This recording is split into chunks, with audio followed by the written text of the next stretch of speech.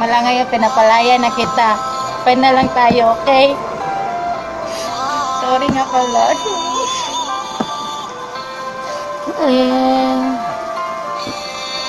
Mula ngayong malaya ka na, magagawa mo na ang lahat ng gusto mo. Kahit masaktan man ang puso ko, tama na. Huwag mo na akong habulin pa.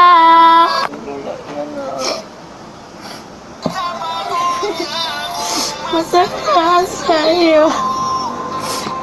Tapusin ang natin to. Marahil kang nabaibat sa lumi na mahirap na muli pambuin. Mahal ba ulit-ulit na nabiyakin na babae na nakapagod mahalik. Alam mo bang Mina,